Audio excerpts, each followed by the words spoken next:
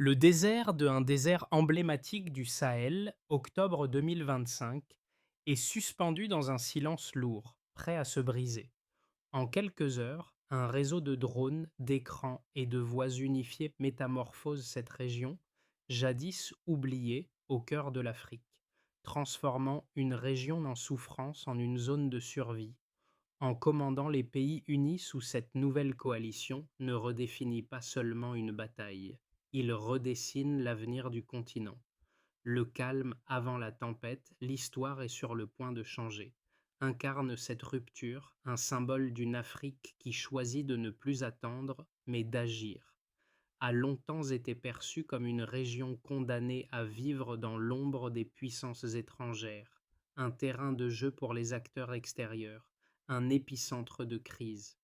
Pourtant, en 2025, un vent de changement souffle sous la direction d'eux.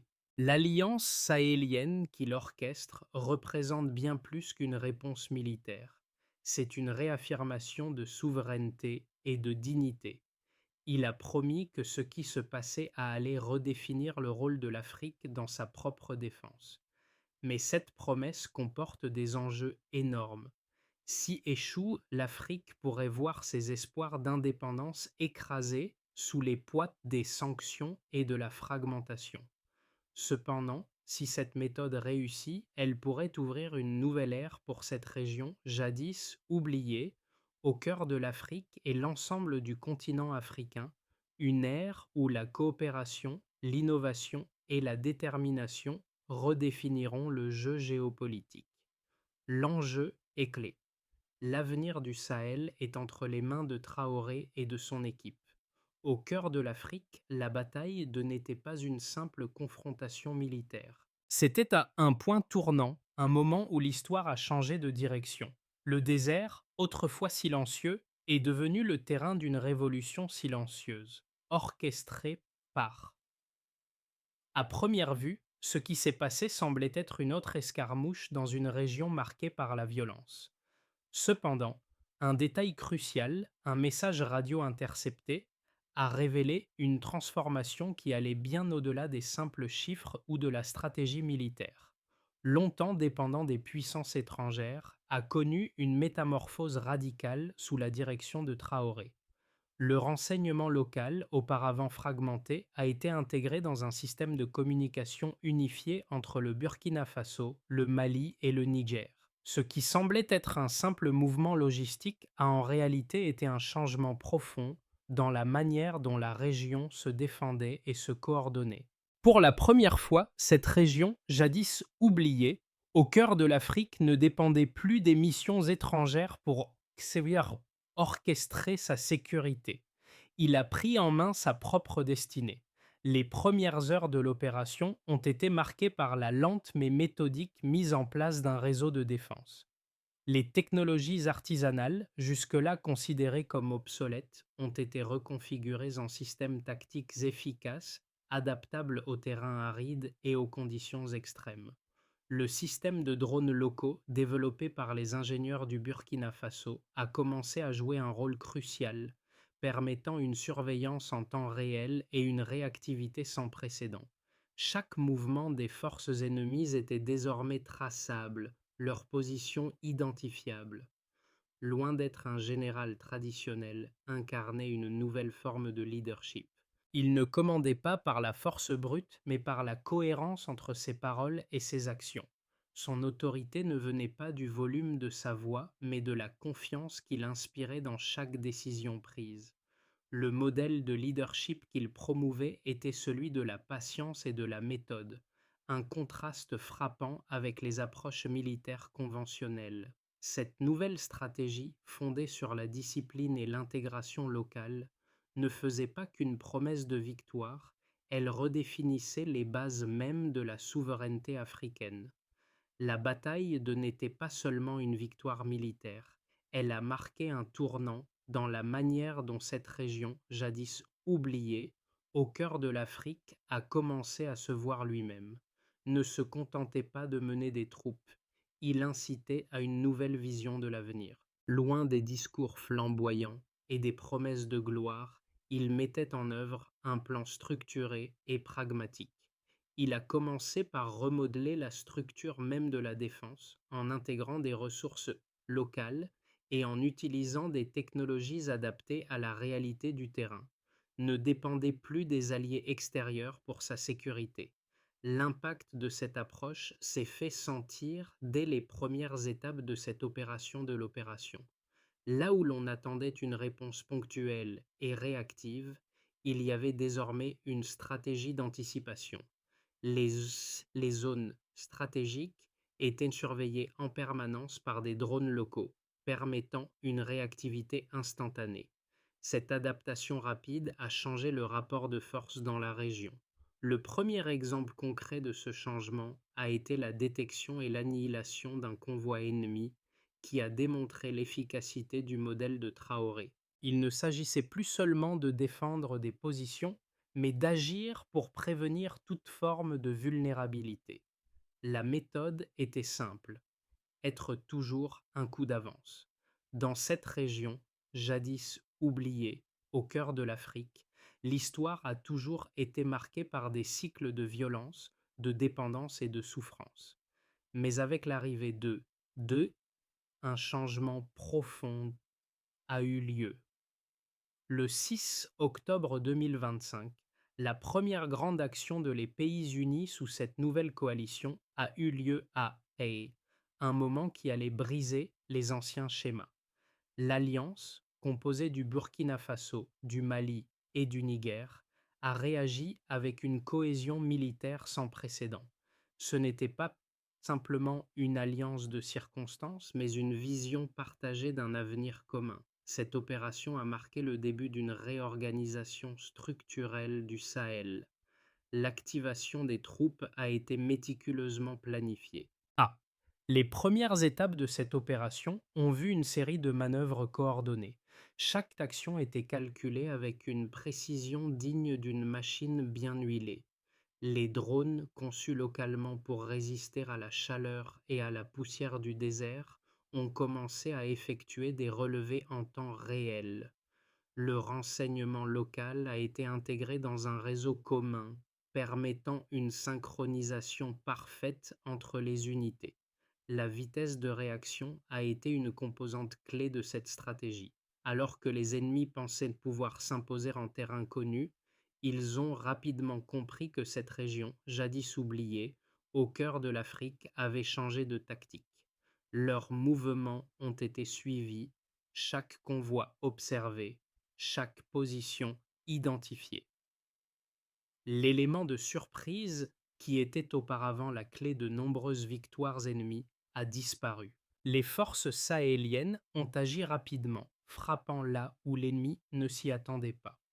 Lors de l'attaque à A, la coordination entre les forces était telle qu'aucune unité ne manquait sa cible. Les frappes étaient précises, les lignes ennemies rapidement déstabilisées. Ce n'était pas un simple affrontement, c'était une nouvelle approche du combat, où l'intelligence, la mobilité et la coordination ont pris le pas sur la force brute. Les résultats ont été immédiats. Les positions ennemies ont été submergées avant même qu'elles ne puissent réagir. L'impact de l'opération ne réside pas uniquement dans les rapports militaires, mais aussi dans les données concrètes qui témoignent du succès de. La première statistique significative a été la réduction du temps de transmission des alertes de menaces. Avant l'attaque, les informations prenaient en moyenne 12 minutes pour être transmises aux unités de terrain. Après l'activation du nouveau système de renseignement intégré, ce temps a été réduit à moins de 90 secondes. Cette amélioration a transformé la réactivité des forces de l'Alliance et a permis une réponse immédiate aux attaques ennemies, là où auparavant des délais de plusieurs minutes offraient à l'adversaire un avantage crucial. Les pertes humaines, qui étaient souvent élevées dans les confrontations précédentes, ont également chuté de manière significative.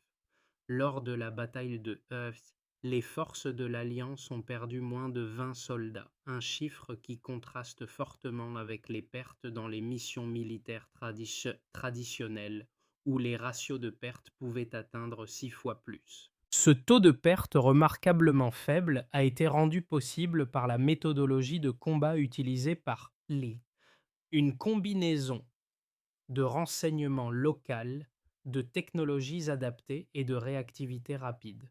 Enfin, ont suivi. Le contrôle du terrain et la sécurité retrouvée ont permis de réactiver près de 35% des routes commerciales de la région, qui étaient auparavant bloquées ou abandonnées. Le volume des échanges commerciaux transfrontaliers a augmenté de 22% en seulement 4 mois.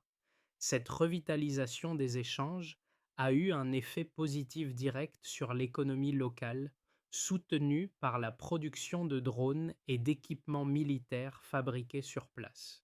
Ce retour à une activité économique soutenue, en dépit des sanctions et des pressions extérieures, a renforcé la position de les pays unis sous cette nouvelle coalition comme un acteur régional clé. Le modèle de Traoré n'a pas été sans ses détracteurs. Beaucoup ont critiqué la méthode, l'armement limité et la dépendance aux technologies locales.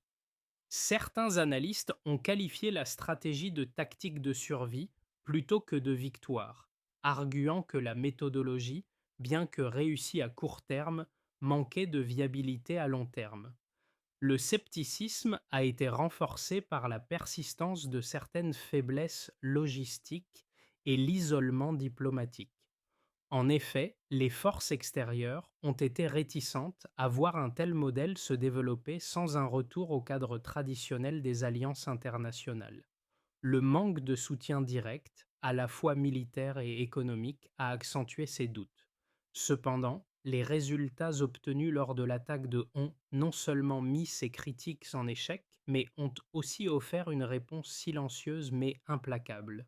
La méthode Traoré repose sur l'optimisation des ressources disponibles, le contrôle de l'information et une coordination précise entre les forces locales. Là où d'autres auraient vu une faiblesse, a vu une opportunité, celle d'intégrer pleinement les capacités locales dans un réseau d'efficacité maximale. La réponse aux critiques n'a pas été celle d'une guerre verbale mais d'une démonstration pratique des résultats. L'alliance sahélienne, loin de se décomposer, s'est renforcée grâce à cette approche. Les résultats tangibles ont parlé pour eux-mêmes. Le taux de perte minime, l'efficacité des technologies locales et la réactivation des circuits économiques ont démenti les affirmations des détracteurs. Les statistiques ont montré qu'au-delà de la simple victoire militaire, la stratégie de Traoré portait en elle la promesse d'une autonomie durable pour cette région, jadis oubliée, au cœur de l'Afrique. À mi-parcours de l'opération AA, cette région, jadis oubliée, au cœur de l'Afrique n'était plus simplement une zone de guerre. Il était devenu un laboratoire de souveraineté, avait déjà démontré par ses actions que l'Afrique pouvait se défendre de manière autonome, avec une efficacité redoutable. Ce changement de paradigme, qui a vu l'intégration des ressources locales et l'exploitation de technologies artisanales pour la surveillance et la réactivité, a marqué un tournant décisif dans la guerre contre l'instabilité. Le véritable enjeu de cette transformation n'a pas résidé dans la capacité militaire de l'Alliance, mais dans la méthode même de défense qui a été instaurée. Une méthode fondée sur l'intelligence, la mobilité et l'unité. Ces principes, appliqués avec une rigueur systématique, ont permis de remporter non seulement des victoires sur le terrain, mais aussi de renforcer la résilience économique et sociale du Sahel. Le moment clé est venu lorsque les premières statistiques ont commencé à émerger. Les pertes humaines étaient minimales, la coordination entre les forces était impeccable, et les premières images des drones confirmaient que l'ennemi ne pouvait plus réagir aussi rapidement. La guerre qu'avait changé de nature, et l'Afrique, par l'intermédiaire de Traoré, avait commencé à écrire son propre avenir. Les conséquences de l'opération ont été loin d'être seulement militaires. Au-delà de la victoire sur le terrain, la méthode de Traoré a permis de redéfinir la dynamique géopolitique de la région. L'une des premières retombées visibles a été la stabilisation des routes commerciales et l'augmentation de l'activité économique. En 4 mois, le volume des échanges transfrontaliers entre le Burkina Faso, le Mali et le Niger a augmenté de 22%. Cette réactivation des marchés a été rendue possible grâce à une infrastructure sécurisée et à une communication plus rapide, deux éléments qui étaient autrefois limités par l'insécurité constante. Dans les villages frontaliers, la perception de la guerre et de la sécurité a changé. Les habitants, qui pendant des décennies avaient vécu dans l'ombre de la violence, ont commencé à voir des signes tangibles de la paix. Les routes étaient réouvertes, les marchés florissaient à nouveau, et les jeunes qui avaient quitté leur pays pour chercher un avenir ailleurs ont commencé à revenir. Ces changements ont eu un impact immédiat sur le moral de la population, renforçant la crédibilité du modèle Traoré. Le plus grand changement, cependant, a été dans la façon dont les pays unis sous cette nouvelle coalition ont perçu leur propre souveraineté. Là où auparavant cette région, jadis oubliée, au cœur de l'Afrique, était vue comme une région dépendante de l'aide étrangère, il est désormais perçu comme un acteur régional capable de se défendre seul.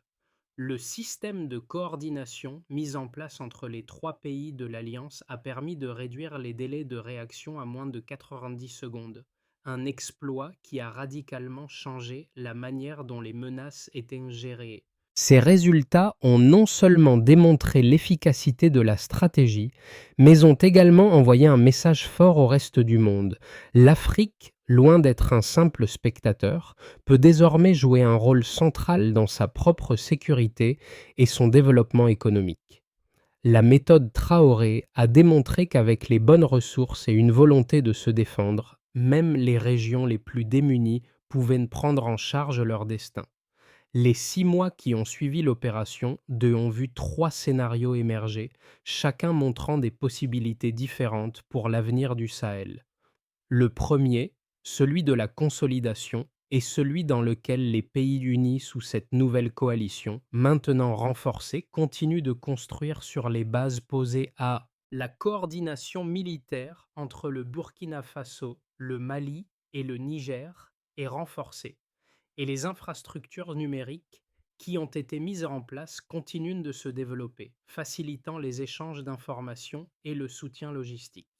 Si ce scénario se réalise, l'Alliance du Sahel pourrait devenir un modèle pour d'autres régions du continent africain, prouvant que la coopération régionale est la clé de la stabilité.